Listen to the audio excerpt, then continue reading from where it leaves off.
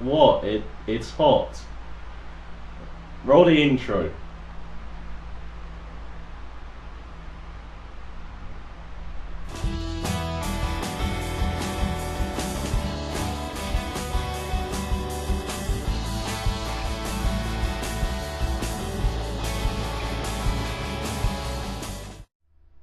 Hey, I'm Kev, Mr. Cole, and welcome to Power Oversteer, and in today's episode we're going to be looking again at the Verizon IndyCar series and looking back at the month of July, a very interesting month of July, especially for the championship and for race control as well. And then looking ahead to this month's 4 races at 2 road courses and 2 ovals as we're in the final stretch of this very short Verizon IndyCar season. Only 5 months long, but boy have those 5 months been action-packed, exciting and entertaining for us fans.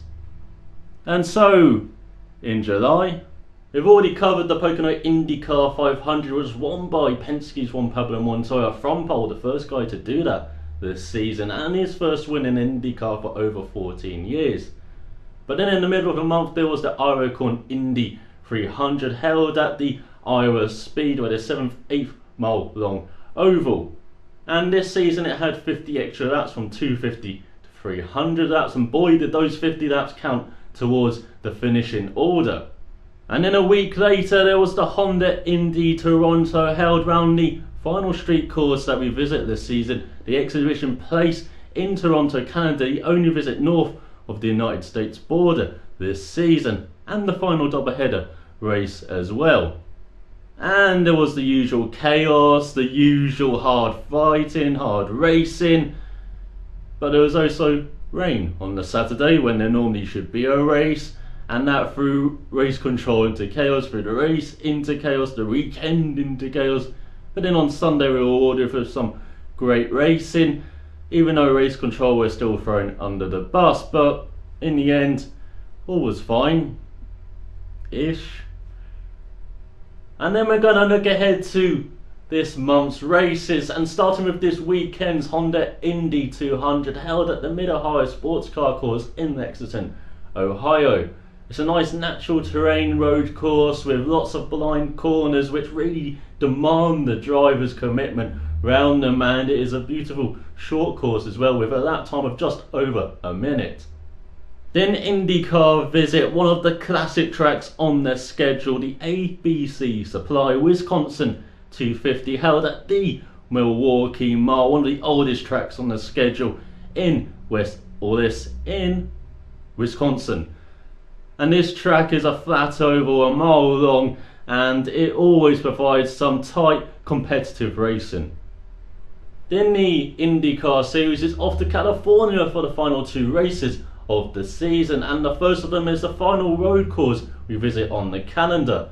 The GoPro Grand Prix of Sonoma is held at the Sonoma Raceway in wine country in California. It's a very undulating track, very tricky as well, but very tight, so passing is at a premium, but that hasn't stopped it providing some great racing over the years. The 18th and final round of the 2014 Verizon IndyCar Series season is held at the Auto Club Speedway in Fontana, California. The 2-mile oval has already provided a couple of classic championship deciders since returning to the calendar in 2012, and I'm sure there's going to be another one this season, especially has been 500 miles. It means there's double points on offer. So that's what we're going to look at in today's program, and we're also going to look at the championship contenders heading into this final month, as the month of July really did sort out the contenders from the pretenders. And that started with Pagenaud, but then it was Iowa. The Iowa-Toronto Indy 300 happened on a lovely Saturday night in the middle of July, and qualifying was dominated by Chip Ganassi Racing.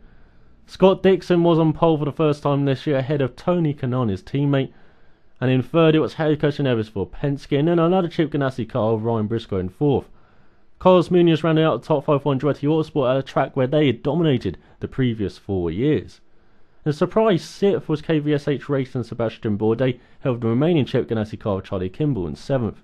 Mark Andretti was 8th, Will Power 9th, and rounding out the top 10 was Oval Specialist Ed Carpenter. Just outside the top 10 was Simon Pagenaud in 11th for Smith Peterson Hamilton Motorsports. Hunter-Reay was 13th for Andretti Autosport, and near the back of the field was Pablo Montoya in 19th, fresh off his win from Pagenaud, and in 21st was Joseph Newgarden for Sarah Fisher-Hartmann Racing. In 20th it was Jack Hawksworth for Brian Herter Autosport, the rookie returning to the track after his practice crash in Pocono. And so the race started early due to predicted wet weather coming over the Iowa Speedway, and it was Scott Dixon who led the first lap before his teammate Tony Kanaan quickly took the lead and led the next 40 laps. In total, Kanaan would lead 247 of the 300 laps on 3 different occasions and really dominated the event. Unfortunately, the rain did come on lap 33 as it went to caution for the next 6 laps before it got red flagged. The race got going again on lap 47, at least until Mikhail Leshkin clipped the yellow inside line out of turn 4, spun the car around and collected Kuma Sato of AJ Foyt. Once again the two had collided after their meeting in the race 1 at Houston. Of course AJ Foyt called him a goddamn idiot though. And so the race got going after 14 laps of caution on lap 63, and it was Castroneves who would lead for Penske until Tony Kanaan took the lead back on lap 77, would lead the next 170 laps. There was a caution on lap 4 for debris in turn 3 on lap 90. And then on lap 161 we had Sebastian Cerveja really going up through the field up towards 5th place when he hit the wall out of turn 2 and ruined his race as he retired on lap 258 with steering troubles. The end of another promising run for the Colombian. His teammate Sebastian Bourdais had already gone out of the race on lap 130 due to ignition problems. On lap 229 we saw Marco Andretti bring out the caution when his engine went pop in the back of his Andretti Autosport car. Not as spectacular as Texas though. And so after that caution we had seen Tony Kanaan lead, but Scott Dixon was right with him. And Dixon took the lead again on lap 248, and it was the Chip Ganassi pair who were leading the way and looked set for a 1-2 finish. But then there was a late caution on lap 282 when Pablo Montoya had gone to the inside of Ed Compton in turn 3, but Ed Compton was having handling issues all race and decided to go to the bottom 2. Unfortunately, he chopped across Montoya, and the Colombian went into the outside wall, wasn't very happy with Compton, and said he would deal with it after the race. Compton was just hoping not to get his butt kicked.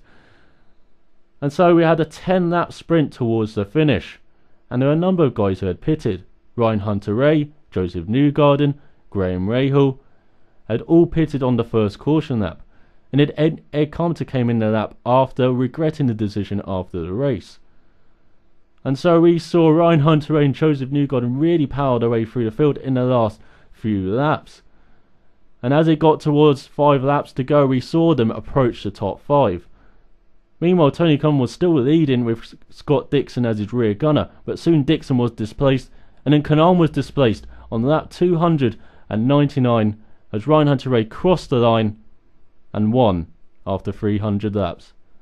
So the gamble had paid off for Ryan Hunter-Reay in a strategy that the team had discussed before the race. Joseph Newgarden got his way up to 2nd from 21st on the grid, and he said it was like a video game after the race those last 10 laps.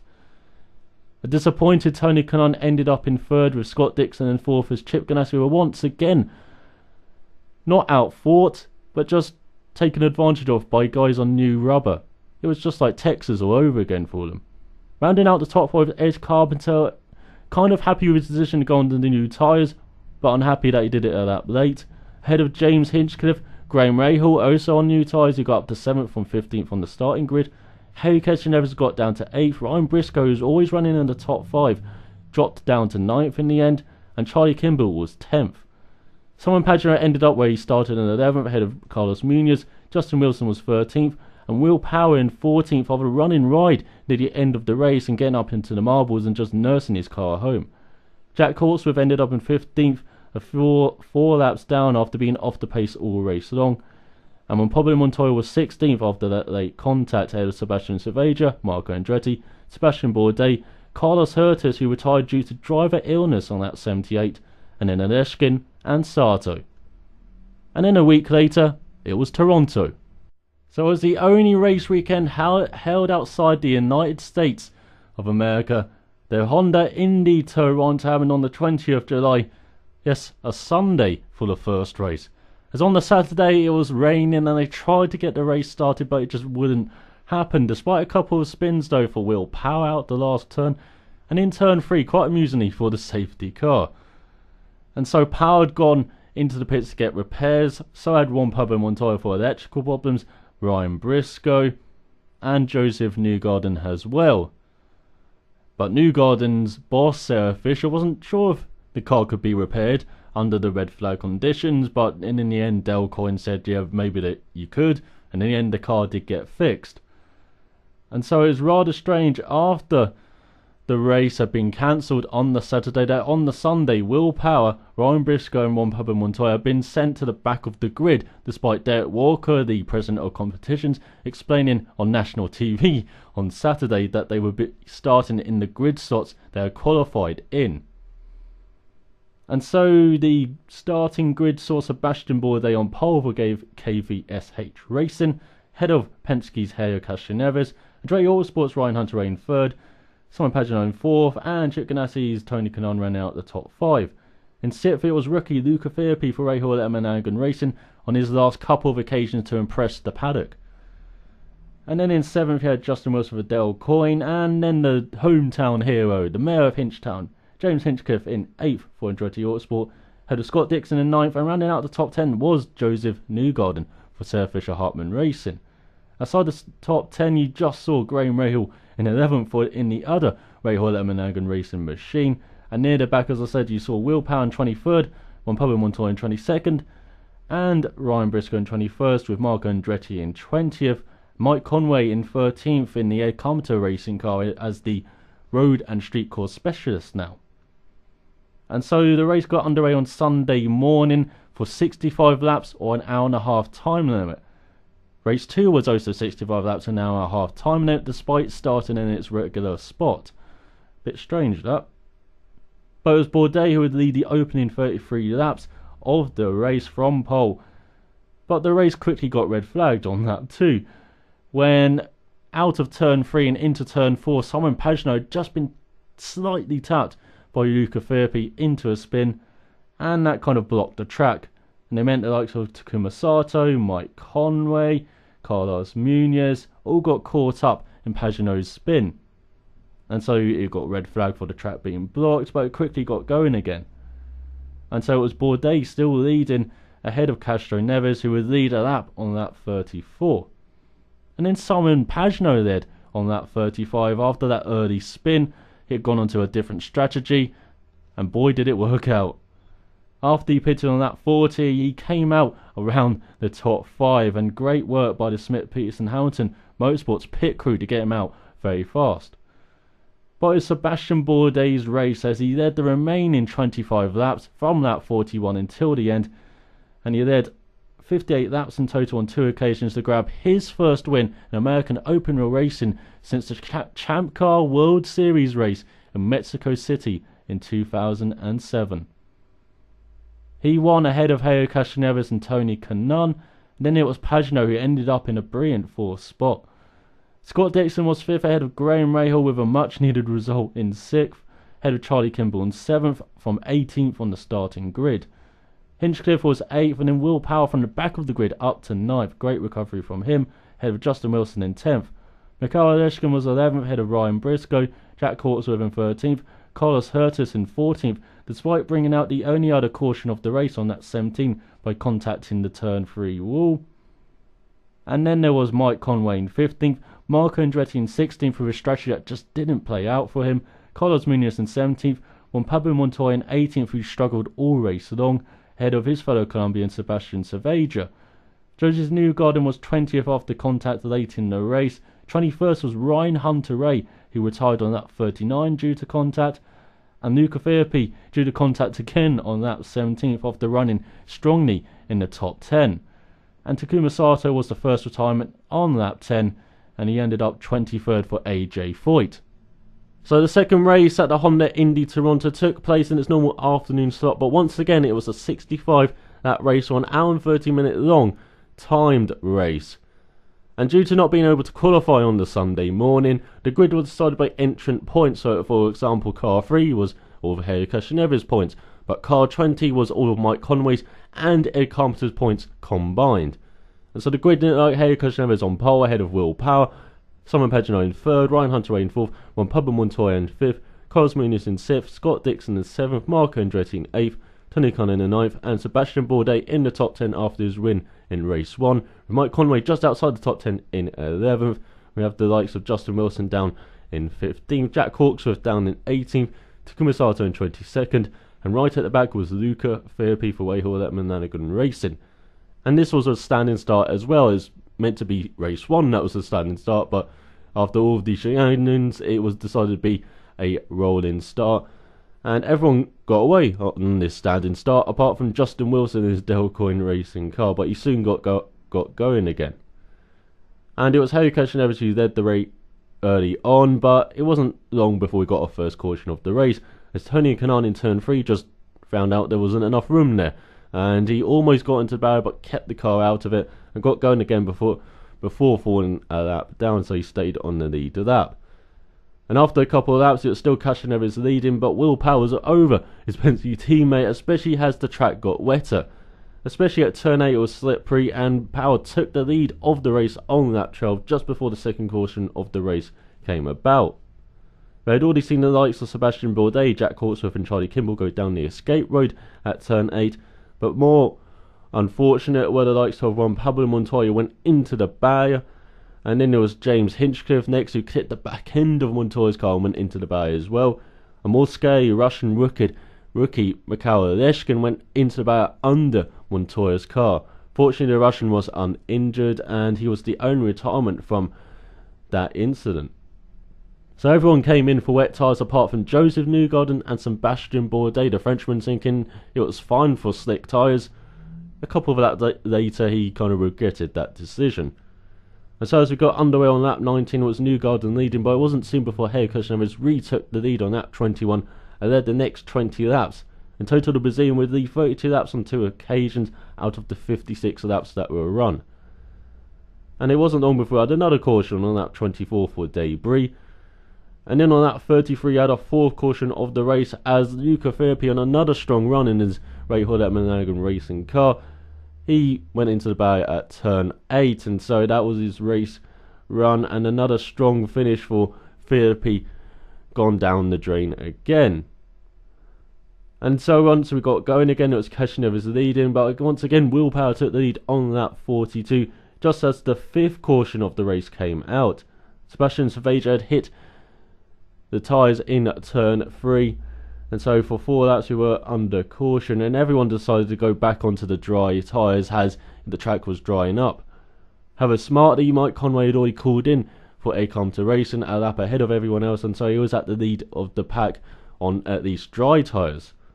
Because you see, Justin Wilson, Joseph Newgarden, Carlos Hertz and Luca Firpi had all stayed on wet tyres, and Delcoin especially were playing the full game just like they were in Houston, which got them a win with Carlos Hertz. But as the race went underway for Justin Wilson on that 48 in the lead, it wasn't long before Mike Conway took the lead from him on that 50. And Conway would lead when we had our 6th caution of the race, which would turn into a red flag. In turn 3, Carlos Hertz was really struggling on his wet tyres, and Carlos Munoz, his further comer, was making a move around his outside. Fortunately for Hertz, he didn't have the grip, and he clipped the back end of his further comer and spun his car around. Unfortunately for Ryan Briscoe, Marco Andretti and Ryan Hunter-Reay, they were all caught up in this and blocked the track, and so that's why the red flag came out. But it's strange how they red flagged a time race this had become, with 4 minutes and 32 seconds left on the clock, and with 52 laps now in the bag. And the race got going again quickly though on lap 52, and Mike Conway would hold on to win for Ed Carpenter Racing, his 2nd victory of the season and a 3rd for Ed Carpenter Racing, a very impressive season for them, even if it's been a bit up and down for them. As Conway led the last 7 laps, he beat Tony Kanaan to the flag, a double podium for the Target Chip Ganassi driver in this race. Will Power was in 3rd ahead of Charlie Kimball, and Takuma Sato finally had some luck this season to bag a top 5 finish for AJ Foyt. Jack Hawksworth moved up to 6th from 18th, another good strategy from Brian Herter Autosports, ahead of Scott Dixon in 7th, Marco Andretti in 8th, Sebastian Bourdais in 9th, despite all of those strange calls, and Justin Wilson in 10th as well, despite being on those wet tyres near the end of the race. He managed to just hold on to a top 10 finish. Ahead of Ryan Briscoe, Castroneves who moved down to 12th, who was very slow near the end of the race as well. With Joseph Newgarden in 13th, he had seen his race 1 compromised by entering a closed pit lane on lap 4 and getting a drive-through penalty for that, while he compromised his own race with his tyre strategy in this one. Ahead of Ryan Hunter-Reay, who got caught up in those late dramas. Ahead of Carlos Hertas, Luca Filippi ran at the end and was in 16th. And then we had Carlos Munoz in 17th, who had retired due to transmission failure. James Hinchcliffe in 18th, disappointing for the home fans, as was Juan Pablo Montoya down in 19th after a very disappointing weekend. Graham Rahal was in 20th after he retired with gearbox failure out on the course on lap 50 under caution.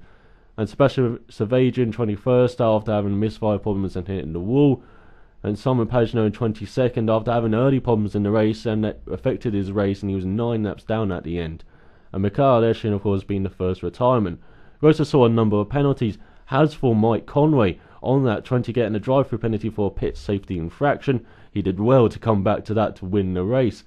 And there was also penalties for the Andretti team. Ryan Hunter-Reay, Carlos Munoz and Marco Andretti all got drive-through penalties on that 20, 21 and 22 for entering a closed pit lane, as after a caution the pit lanes get closed and then it gets opened again. They of course entered in that period. And there was also a penalty for Luca Filippi for working in a closed pit lane on lap 56, and he got a 30-second penalty headed to his finishing position. And so yeah, that was a chaotic Honda Indy Toronto weekend, but it was a fabulous race and a fabulous Sunday as well, as we got 2 races which were action-packed, exciting and quite strategic in the end. So heading into August, it's Helio Castroneves who leads the championship with 533 points, 15 points ahead of his Penske teammate Will Power. 2012 champion and reigning Indy 500 winner Ryan Hunter-Reay is in 3rd with 464 points, just 2 points ahead of Smith-Peterson Hamilton Motorsports' Simon Pagenaud.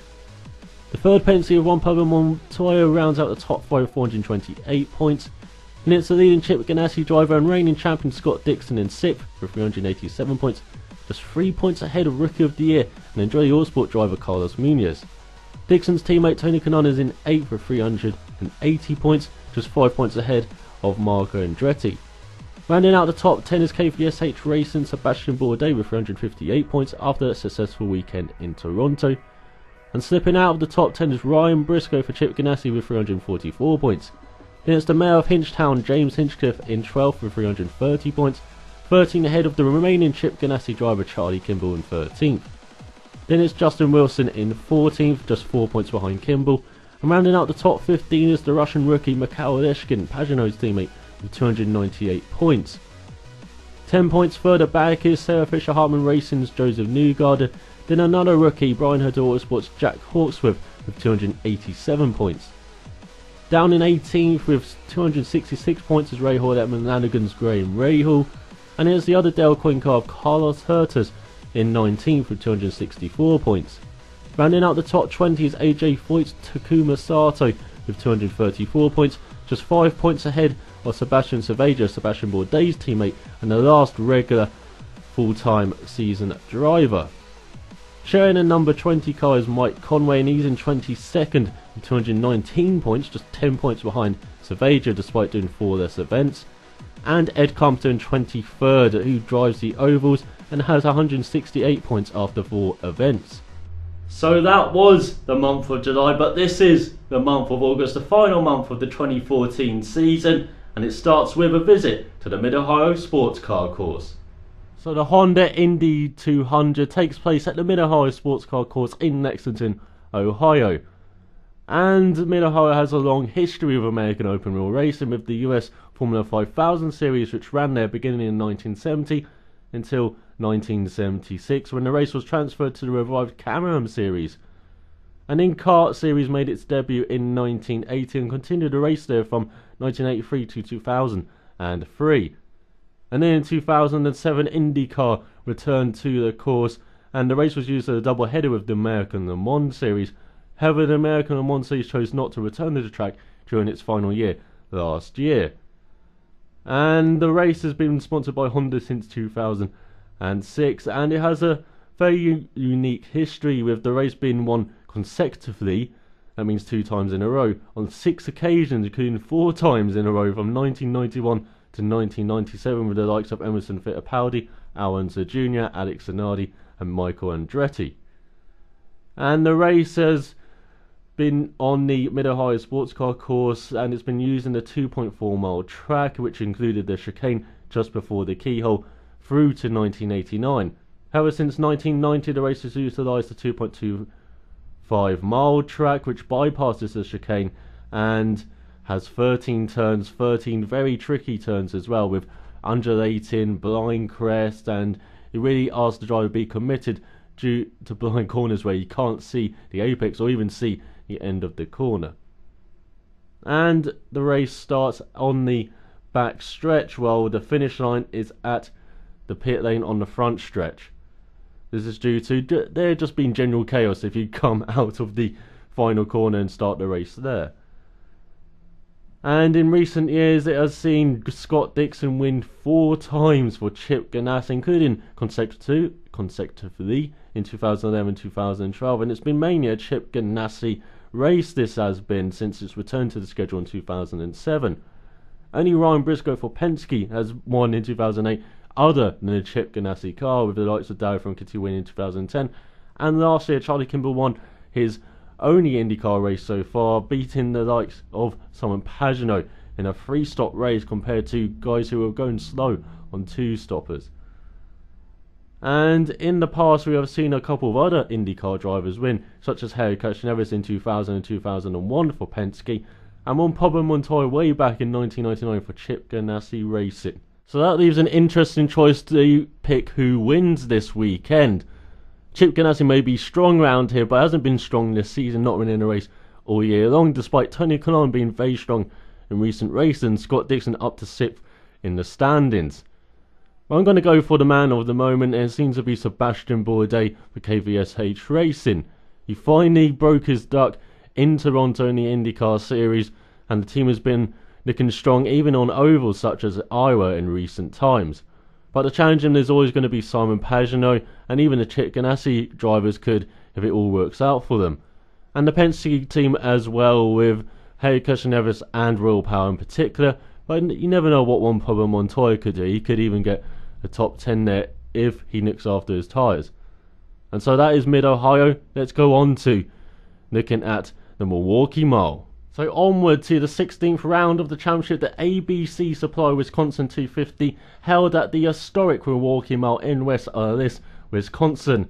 The 1 mile oval first hosted an open wheel racing event back in 1937 when the races were sanctioned by AAA.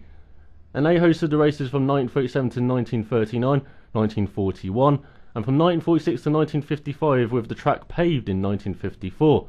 Then USAC sanctioned the races from 1956 till 1979, before it was kart and champ cars' turn from 1980 till 2006. However, IndyCar started holding races at the track in 2004, and so for a brief time from 2004 till 2006, the track hosted a champ car race in the traditional June date, and then an IndyCar race in late July. However, starting in 2007, IndyCar became the lone event.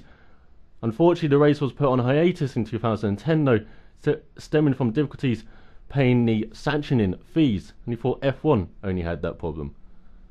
However, from 2011 till 2013, the race was held in mid-June on the Saturday of Father's Day weekend. However, for this year, the race has been pushed back to August. And the race has been won by Andretti Autosport in recent years, with Ryan Hunter-Reay winning in 2012 and last year, when the race was up from 225 laps to 250 laps.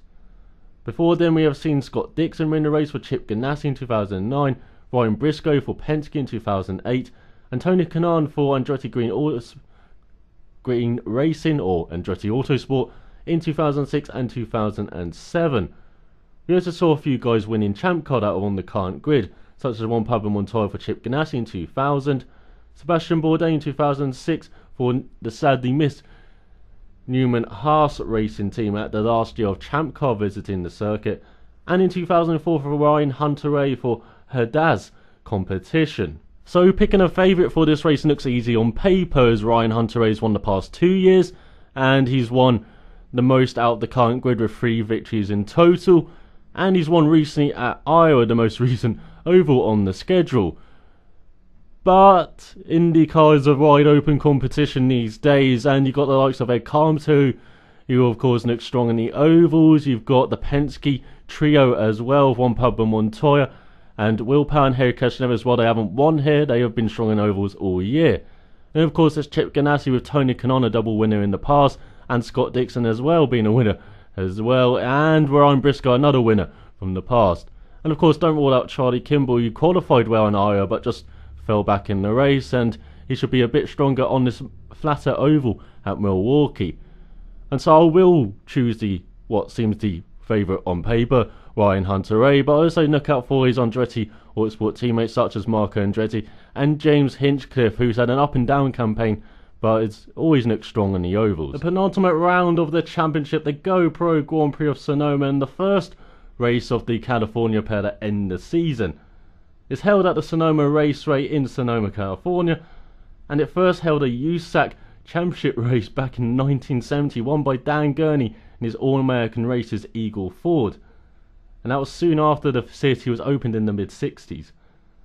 However, it took 35 years for American open wheel racing to return to the circuit with the IndyCar series, and in 2006 it saw rookie Marco Andretti win his first career race, and it marked the youngest winner at the time of 19 years, 5 months and 14 days of an American open wheel racing event at the time, well, a major one. However, that's since been trumped by Graham Rahal at the 2008 St. Petersburg race. And the IndyCar Series races on the modified 2.2 mile, 3.5 kilometre version of the road course, the same used by the AMA Superbikes. The circuit includes the long sweeping left-hand bend, the carousel in the middle of the lap, making it longer than the NASCAR layout, which is just under 2 miles long, but shorter than the full 2.52 mile, 4.06 kilometre course. The course also uses turn 7A of the NASCAR course, but skips the hairpin prior to the front straight. The drag strip is also used instead of the keyhole, having a high speed section immediately following the exit of the carousel. For 2012 the course was slightly altered, with the back hairpin it used the inner loop instead of the outer loop used by NASCAR, and turn 9 was widened by 10 feet, while turn 11 at the hairpin was extended by 200 feet. And in recent years it's been a Penske party, as they've won the last 4 races held around here, with Will Power winning 3 of them to be the most successful current driver on the grid. Ryan Briscoe won in 2012, and you saw Harry Castroneves win in 2008 for Penske. In 2007 Scott Dixon won for Chip Ganassi, and before then was Andretti Autosport Fair, as in 2005 Tony Kanaan won, and the aforementioned Marco Andretti won in 2006, and he also won in Indy Lights in 2005, did Marco Andretti. So it's very easy to choose a winner here. I mean, Penske have been very good all year long, and Will Power has been very good as well, and he's in a title hunt along with Harry Castroneves and Juan Pablo Montoya. So I should go for Power, but I get the feeling there might be just something unpredictable happening here, like in 2012 when title challenger Ryan Hunter-Reay was taken out by Alex Tagliani. I could see one of the Penske pair being having a difficult race at least, and I do expect one of them to maybe actually be on the podium, while one be further down the field. And of course last year we saw Scott Dixon as well get caught out by a Penske crewman in a pit stop and getting a penalty which almost ruined his title race as well. So I do expect to see a Penske win though. I just don't know if it will be Castroneves or Power, but I'm going to go for Power, as I believe Castroneves is more in damage limitation mode once again, instead of going for all out victories. If he sees a victory there, he will take it maybe, but he's more concerned of finishing ahead of his title rivals. I also expect to see Chip Ganassi right up there with Tony Kanaan and Scott Dixon, and of course Andretti as well with James Hinchcliffe and maybe even Marco Andretti, as he did have a strong record round here. And also look out for Simon Pagenaud, Justin Wilson for Dale Coyne, and of course Mike Conway in his last outing of the season for Ed Carpenter Racing. On to the season finale, the 18th and final round of the 2014 Verizon IndyCar Series season. The MAVTV 500 is held at the 2 mile oval, the Auto Club Speedway in Fontana, Southern California, where American open-wheel oval racing dates back to 1970, with the Ontario Motor Speedway from 1970 till 1980. The USAC California 500 was considered a prestigious event as part of the IndyCar racing Triple Crown, just like the MAVTV 500 is now. And the inaugural event was a huge success with 187,000 in attendance. However, due to financial difficulties and never being able to match that inaugural event, the facility closed in 1980. And then the California Speedway, as it's known back then, was built in the mid-90s, and CART returned with a 500-mile oval race in 1997, which served as its season finale. And the new track, the California Speedway, was just 4 miles 6.4 kilometers from the previous Ontario circuit. And the Marlboro 500 served as an event until 2002. Unfortunately, there were some dark times, such as the 1999 event, when a fatal crash for young talented Canadian Greg Moore happened during the race. And the 2003 event was cancelled due to the old fire wild bushfires that suffered in California at the time. And along with the popular Long Beach Grand Prix, the Southern California area featured 2 major open-wheel kart races annually for a time. And it wasn't long before IndyCar got in on the act. In 2002, they had their own 400-mile race at the facility, so Fontana became the first facility to host races from both rival open-wheel series, kart and IRL, as it was known back then. Another race distance was different, with 500-miler versus a 400-miler. And the Toyota Indy 400 was held through 2005, however dwindling clouds meant the event was removed from the calendar. However, the Auto Club Speedway returned to the calendar in 2012 with an autumn race under lights on a Saturday night and has the season finale. It has also become a 500-miler and it's going to carry the IndyCar World Championships title.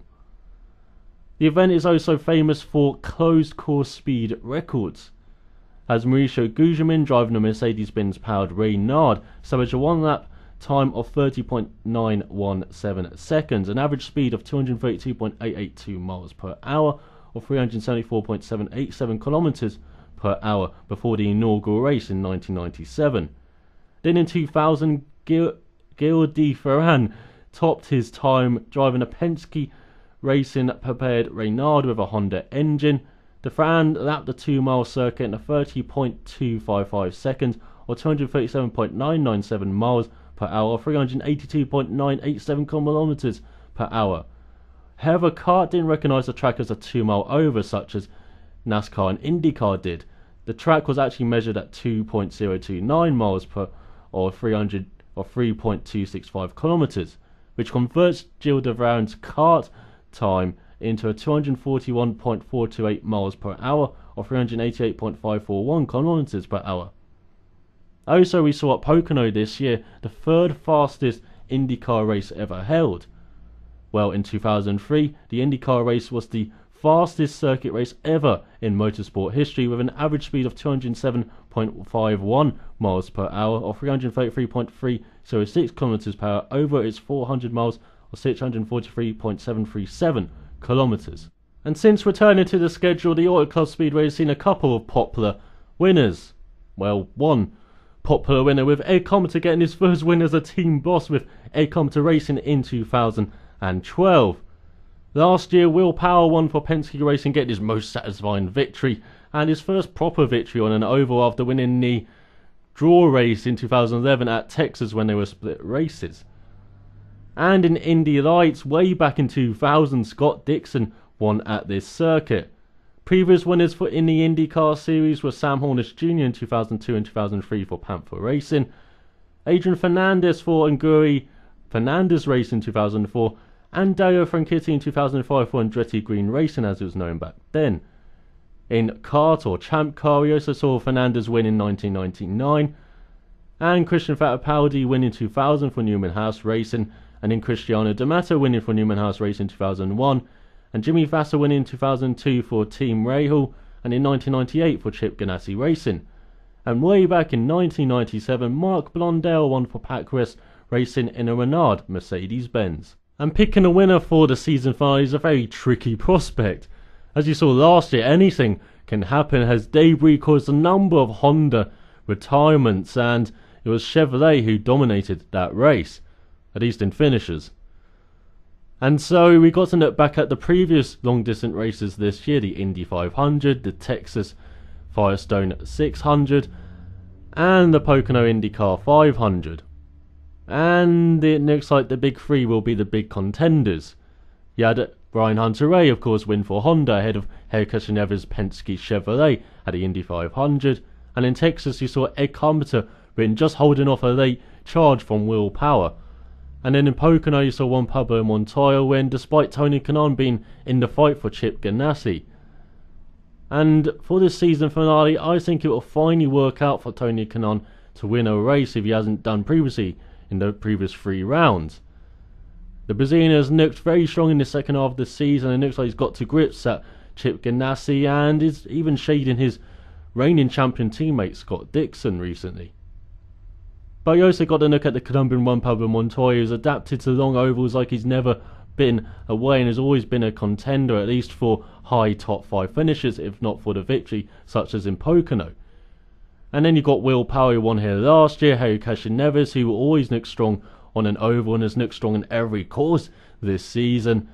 And then you've got Scott Dixon, who looked strong at Iowa at least, and Ryan Briscoe, maybe even Charlie Kimball as well. He's been peddling hard on the ovals, even if he hasn't quite got the results to match that. But one popular guy and one popular winner that I want to see will be Joseph Newgarden for Sarah Fisher Hartman Racing. They could have shown he's got the stuff on the ovals, and it just has not worked out for him, at least on the street courses as well this season. And with a bit of luck, I can really see him winning a race, or winning this finale, as he came so close to doing at Iowa. But of course, look out for Andretti Autosport with Ryan Hunter-Reay, of course winning the Indy 500 and being in about at the Iowa, of course winning, and being right up there at Pocono and Texas as well. You got Carlos Munoz, who was impressive during his short stay at last year's race. And maybe even Marco Andretti. It's about time he also got some luck as well, and would be right up there for a win. So in the end, I'm going to pump for Joseph Newgarden, and I really hope that Sarah Fisher Hartman Racing can get a race together and get up there and get some luck, just like they had at Iowa. So let me know what you think about all of these races and who you expect to be winning or be right up there in these last 4 events, and who might even win the title as well. And talking about titles, there you go, those are the final 4 events of the 2014 season. But as I said, there's also been quite a few title challenges heading into this month, and I believe the top 5 are the most likely to get it. So let's analyse their chances heading into this final month of the season. So we start off with the championship leader Helio Castroneves. The veteran Brazilian has been with Penske Racing since 2000, after starting his American open wheel racing career with Bettenhausen Racing in 1998 and then with Hogan Racing in 1999. This was after finishing runner-up in the 1997 Indy Lights Championship by 4 points to his old pal and fellow Brazilian Tony Kanaan. And in that time with Penske, Castroneves has won 3 Indy 500s, the only driver on the grid to do so, and the only driver to win back-to-back 500s on the grid as well, back in 2001 and 2002. He always made it 3 in a row in 2003, finishing runner-up to his teammate Gil de Ferran. And Castroneves has also finished 3 times runner-up in the championship, never being able to clinch the crown. And that showed last year especially. Going into the final 3 races, he led by 49 points after Baltimore, but a terrible weekend at Houston with a couple of non-finishes meant he was behind at Fontana, and he was never able to regain that lead as Scott Dixon got the championship. But this year is very different for Castroneves. Yes, he's leading into the final stretch once again, but he's got a smaller lead of 15 points with 4 races remaining over his Penske teammate Will Power. And Power's a much different opposition from Scott Dixon. Dixon is the cool, calm Kiwi, the Iceman of the Verizon IndyCar series, never fazed by anything. Well, Will Power is almost the exact opposite. The fiery, double bird-wielding Australian who can be a bit unpredictable on the track and can get some unpredictable results as well. But Castroneves has been solid as a rocker once again this year through 14 races, with a win at the second race in Belle Isle, 6 podium finishes, 2 poles at the first race in Belle Isle and the second race in Toronto. He's did 241 laps at 9 races, and perhaps his biggest strength for this year has been qualifying, where he's got the best average start of 5.2 by a country mile, and he's got the second best average finish with 7.6. So where is his weakness this year? Well, last year he was perhaps a bit too cautious, just trying to rack up points instead of trying to go for killer finishes such as top 5 and podium. And so this year Castroneves said he learned from that experience, is a bit more aggressive, and he's certainly showing that so far this year. But could he tighten up again towards the finish line of finally getting his championship? I mean, he wants to finish ahead of these guys, his rivals, such as Power, Hunter-Reay, Pagenaud and Montoya. But will he go for the finishing blow of a podium or win if it's on offering? Perhaps not, and perhaps that could be his downfall again. But we will see in these final 4 races. And now let's talk about his Penske teammate, Will Power. On to perhaps one of the most divisive figures in the IndyCar paddock, Will Power. He's been with Penske Racing since 2009 when he was a part-timer, while Helio Castroneves had some tax evasion problems.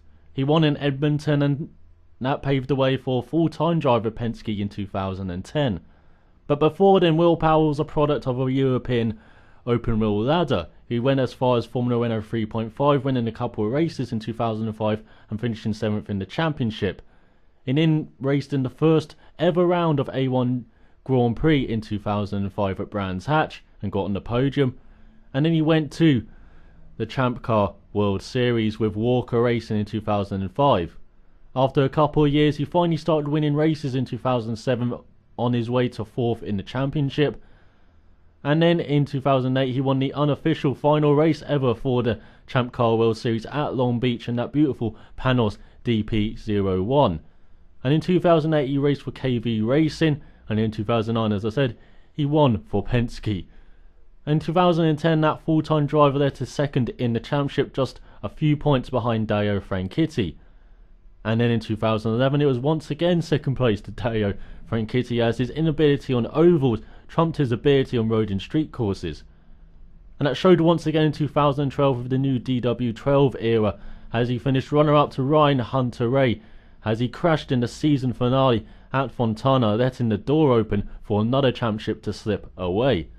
And then last year, he had a poor first half of the season, but the second half he won 3 of the final 5 races to snatch 4th place in the final race at Fontana, where he had finally a very impressive oval victory. And this year, Will Power has been very strong once again, get a couple of victories, 6 podiums just like his Penske teammate Castroneves, and a couple of poles as well. He's had 353 laps, the most of anyone this season, and he has the best average finish of 6.5. It's just a shame for him, he's 15 points behind Castroneves at this stage, as he also has the most leader lap finishes in the field with 13. And running at the finish as well, joint most with 14 races. But his average start is 8.9, and if there's a weakness, it is perhaps qualifying, where it doesn't work out for him sometimes. But he's a very aggressive racer, and he's a very good racer, as he showed at Toronto as well, getting top 10 finish after being put at the back for Toronto Race 1. But as I said, with Will Power, he can be a bit unpredictable, and that is shown with some driving, especially against Simon Pagenaud this season, and with some drive-through penalties. He's the most penalised driver this year with 5 penalties. So to win the title, cut down the penalties, qualify a bit better, so he doesn't have to race so aggressively through the field, which could increase his chances of getting a penalty. So that's Will Power, a very aggressive Australian. Let's talk about a very aggressive American, Ryan Hunter-Reay. So we move on to Ryan Hunter-Reay, 3rd in the championship with 464 points, 69 points back of Helio Castroneves. But the Andretti Autosport driver has one of the most interesting and longest stories to get to the top of the Verizon IndyCar Series grid. and he's perhaps still even overshadowed by his American compatriots Graham Rahal and Marco Andretti have the more famous names, but we're still waiting for them to challenge for titles and wins. And in the meantime, Hunter-Reay is showing what a quality driver he is.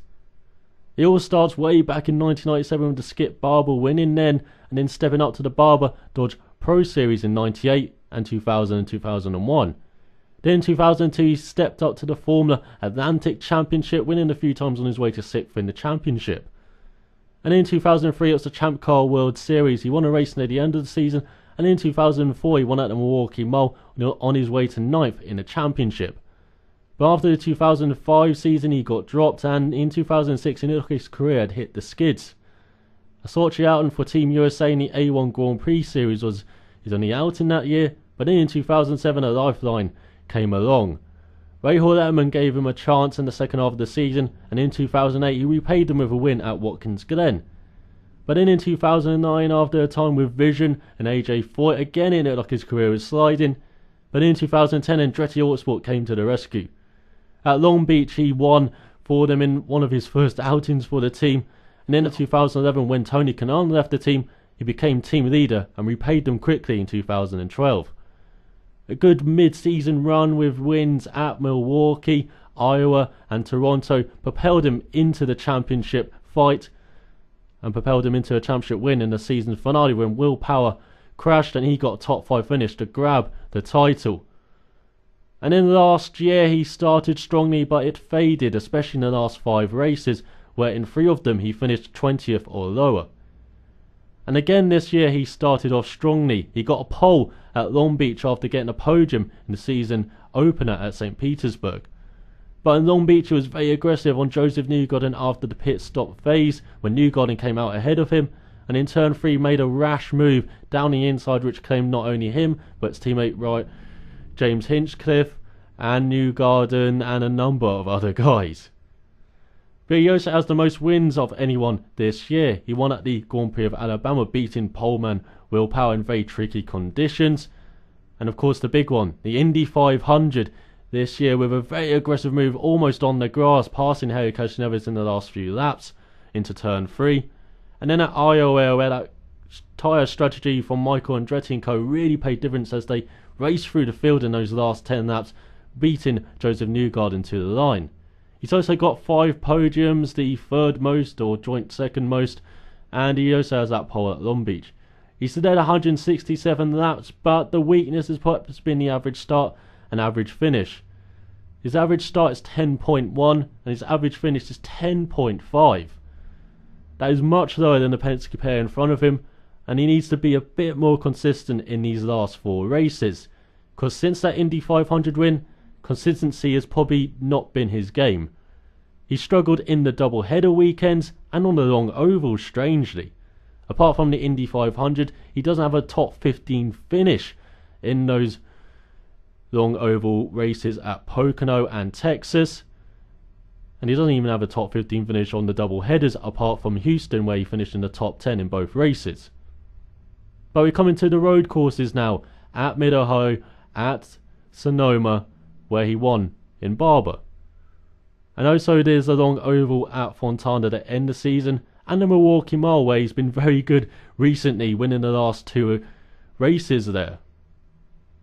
And so Fontana, yeah, it's a long oval, but he's finished in the top 10 in the previous 2 outings there since its return to the calendar, and it's double points this year, so even if he's up to around 50 points back, you can still bank on him to perhaps win and maybe nick that title again in the season finale.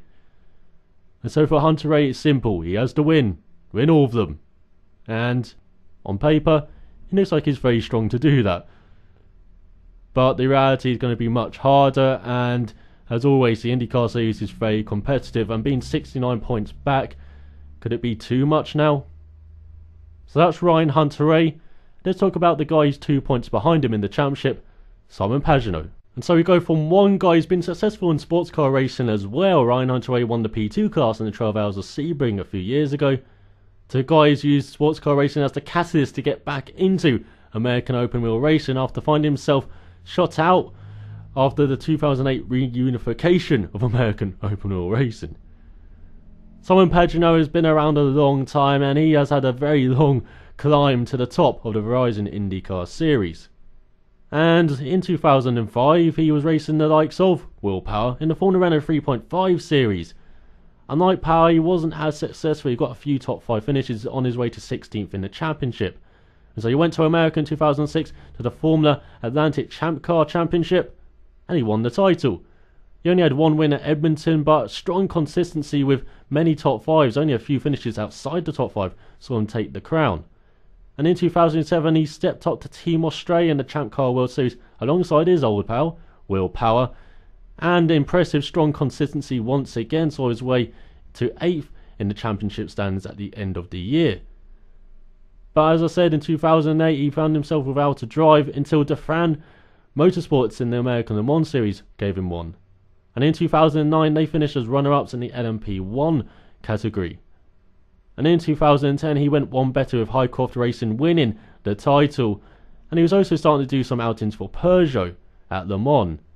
He raced alongside Sebastian Bourdais and Pedro Lamy, and in 2011 the trio was second as they finished agonisingly close to Audi over the 24-hour distance at Le Mans. He was also starting to do some IndyCar series outings as a relief driver for Brian Reinbold Racing and HVM Racing when their drivers couldn't compete. And so in 2012 he was offered a ride in the new Verizon IndyCar series with Smith Hamilton Motorsports. And he finished 5th in the championship as a top rookie, and with a highlight of finishing second at Long Beach to, again, his old pal, Will Power. And in 2013 he started to win races. At Detroit he got his first win, followed up by a win late in the season at Baltimore, which saw a last gasp title charge just fall short as he finished 3rd in the championship.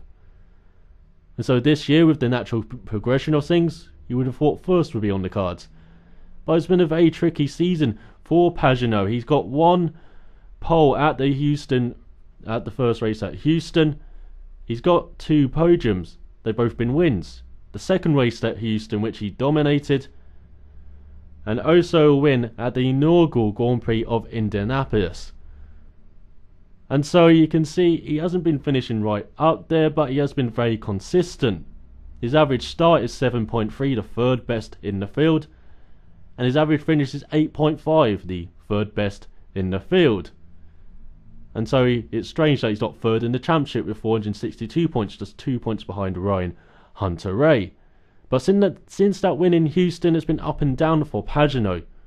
He's had a couple of top 10s and a couple outside the top 10, including the last round at Toronto with a 22nd place finish after having problems with his car. And at Fontana, the season finale, which has the double points, he hasn't finished in the top 10 yet. So that is a bit worrying if he wants to have this outside chance turn into a title challenge.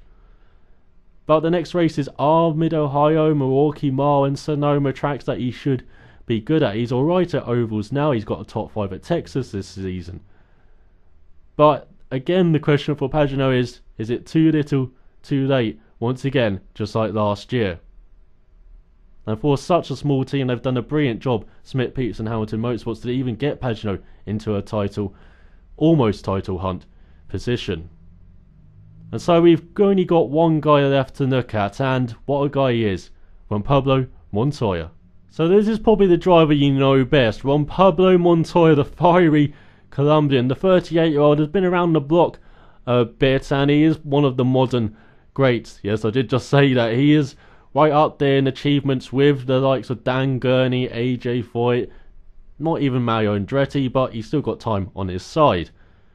And the 38-year-old has been driving a variety of cars. He's won in sports cars, he's won in F1, he's won in NASCAR, and he's won in American Open Wheel Racing. And it all started for him back in 1995 when he went to Europe and he drove in Britain and he drove in the Formula Vauxhall Championship, got 3 wins on his way to 3rd in the championship. In 1996 he stepped up the British F3, won a couple of times before Tech Motorsports on his way to 5th in the championship. Then in 1997 he was up to F3000 and he came runner-up to a dominant Ricardo Zonta before he dominated the championship in 1998 with one of the best wins I've ever seen at the PAL circuit as well. And then in 1999 it was over to America and the kart series where he became a rookie champion and one of the youngest champions ever at the age of 24, as he got 7 victories compared to Dario Franchitti's 3 victories, so when they were tied on points at the end of the season, the title was his. And then in 2000 he got the Indy 500 crown. He started second and then won the race. He also got 3 wins in the kart championship on his way to 9th in the standings, but he was already on his way to F1. And with Williams, he won in the Italian Grand Prix in 2001 on his way to 6th in the standings. In 2002, he showed his war pace with 5 poles in a row in the middle of the season on his way to 3rd in the standings behind the dominant Ferraris. And in 2003, that was his title challenge year, where he won at Monaco, won at Germany, finished 3rd in the standings, but it all fell apart for him at the American Grand Prix. And then in Japan, when he was leading, his car failed on him. And in 2004, as the Williams struggled with the walrus nose in the first half of the year, in the second half of the year the car came good and he won the final race of the year in Brazil, and he finished 5th in the standings before going to McLaren. And in 2005 he won in Great Britain, Italy, and then his final F1 win in Brazil again, as he finished 4th in the standings. But it was a year where he butted heads with the management and was outshone by his teammate Kimi Räikkönen. And in 2006, with a rare high mark of 2nd at Monaco, he left the F1 world after the US Grand Prix, a bit fitting. And he was off to NASCAR, and he raced in the NASCAR Nationwide Series, the 2nd tier, and won in Mexico City in 2007. And he also raced in the main series, the NASCAR Sprint Cup Series, and won at Sonoma Raceway on his way to 20th in the standings. And in 2009, that was the high point of his NASCAR career, as he made his one and only appearance in the chase format. He finished 8th in the stands in the end, as it all fell apart in the second half of the chase, and he should have won the Brickyard 400 that Yale race. He dominated, but he got caught speeding in the pit lane under green flag conditions, and so he only ended up 11th in the end. And in 2010 he won his 2nd NASCAR Sprint Kart race at the Watkins Glen circuit, but ended up 17th in the standings. And from 2011 to 2013 he was 21st, 22nd and 21st in the standings for Earnhardt Ganassi Racing. And so it's off to Ganassi's rivals for the 2014 season and Team Penske, but in the IndyCar series, as he returned to American Open Wheel Racing after 14 years away. He's got his only win so far this year at Pocono after leading 45 laps and winning from pole, his first pole since Surface Paradise in 2000 and his first win since Gateway in 2000. And he was the first guy to win from pole this season. Only Sebastian Bourdais at the Toronto first race has been the other guy to do that so far this year. And he's got 2 other podiums. He's got a podium in the first race at Houston, finished 2nd, and finished 3rd at the Texas Motor Speedway in the Firestone 600. He's had 74 laps in total, all on ovals. He had a few laps of the Indy 500 and the Firestone 600 apart from Pocono. And he has a poor average start and average finish. It's an 11.2 average start and 10.9 average finish, one of the worst averages of the top 10. And he has 428 points, 105 points behind his teammate Teo Castroneves. It is amazing that 3 Penske's are in the top 5 though. And so for Montoya, it is all out aggression. It is all out winning. He's shown some aggression in the second half of this season. He's shown some of the old Montoya. But we've got 2 road courses coming up, and he struggled at Barber Motorsports Park. He qualified 8th. He was fast in the wet conditions, but he also spun out in the wet conditions and finished a lap down in 21st. And as I said, all of his good stuff and all of his good running has been on ovals. He's finished in the top 5 in all of them apart from Iowa. He finished 5th at the Indy 500, 3rd at Firestone 600, 1 at Pocono, and was set for a top 5 finish at Iowa before that late clash with Ed Carpenter. And so for Montoya, he probably is out of the title hunt already, but you never know. 105 points back. Scott Dixon has come back from that distance as well. So that is the 5 title contenders. And there you go, the 2014 Verizon IndyCar Series season. Over too soon. But there's going to be a couple of races over the winter before the season properly kicks off in March next year. Just 7 months away. But there's going to be aero kits next year, so that should hopefully shake things up as well. But I'll be back before then with a review of the 2014 Verizon IndyCar Series season in September. But till then, start watching, and I'll see you next time.